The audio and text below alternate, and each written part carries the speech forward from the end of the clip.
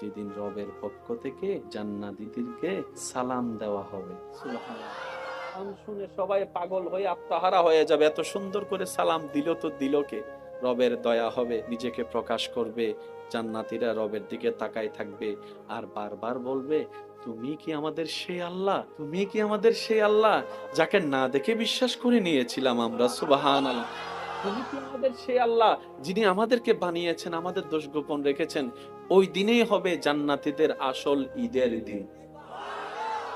নিয়ামতের কোনো শেষ, জোরে বলেন না, নিয়ামতের কোনো শেষ।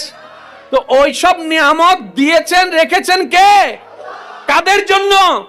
তা আমরা নিব না কেন? না নেওয়ার জন্য তো আল্লাহ দেয় নাই। আম গাছে আম আছে না নাই? কাদের জন্য? আল্লাহ আমরা খাওয়ার জন্য বানাইছে না? আমরা খাইতে হবে। খাওয়ার জন্য একটা নিয়ম আছে না? ওই নিয়মটার নামই হচ্ছে ইসলাম। জান্নাতের ফল খাওয়ার জন্য